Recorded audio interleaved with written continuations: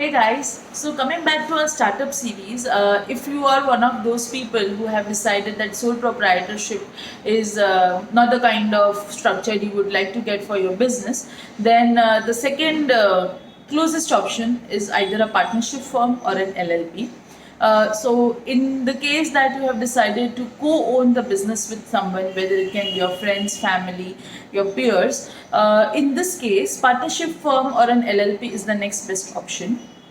Now, partnership firm is an association of person wherein people come together with a common agenda of earning profits from business. An LLP is a business operation which incorporates the features of a partnership firm as well as a body corporate, that is a private limited or an OPC.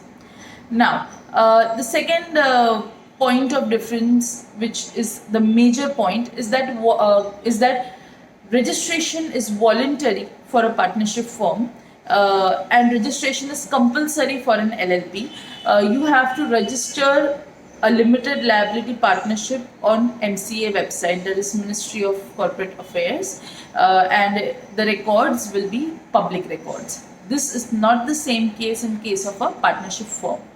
An Indian partnership firm is governed by the Indian Partnership Act 1932, and an LLP is governed by the Limited Liability Partnership Act 2008. In order to create a partnership firm or an LLP, minimum partners required are two packs. In a partnership firm, maximum amount of partners you can have is 100, and there is no upper limit. In an LLP, any number of partners can join an LLP. A partnership firm cannot enter a contract in its own name. This is very, very important because this implies that a partnership firm cannot sue and it cannot be sued in a court of law. As against this, an LLP can be sued and it can sue in a court of law. A partnership firm does not have a different legal entity, as you can say, individually known as partners and together known as a firm.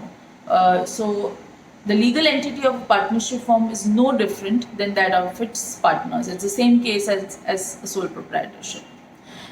In case of LLP has its own legal entity. A partnership firm cannot hold property in its own name. An LLP can hold a property in its own name. The implication of this is, in a balance sheet of a partnership firm, you will never see a property in the asset side. In case of an LLP, you can own a property wealth in the name of the LLP itself. You will be able to see property in the asset side of the balance sheet of an LLP. In case of a partnership firm, the partner's liability is not limited in nature. It means that after the firm's assets are depleted, if still there are liabilities or creditors to be paid off, the partner's personal assets can also be used in order to pay off those liabilities. In case of an LLP, the LLP's liability is limited. Partner's liability is limited only to the extent of the capital contributed by him. So, in case of an LLP, the partner's liability is safeguarded.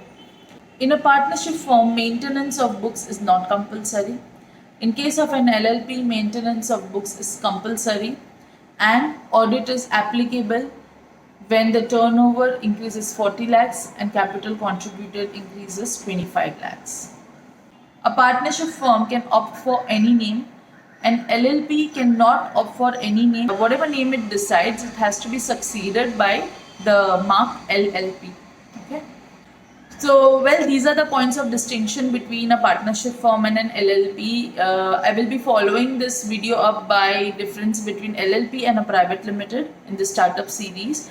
Also, more on how to get a partnership firm registered, how to get an LLP registered, what are the documents required, what are the costs, and so forth and so on.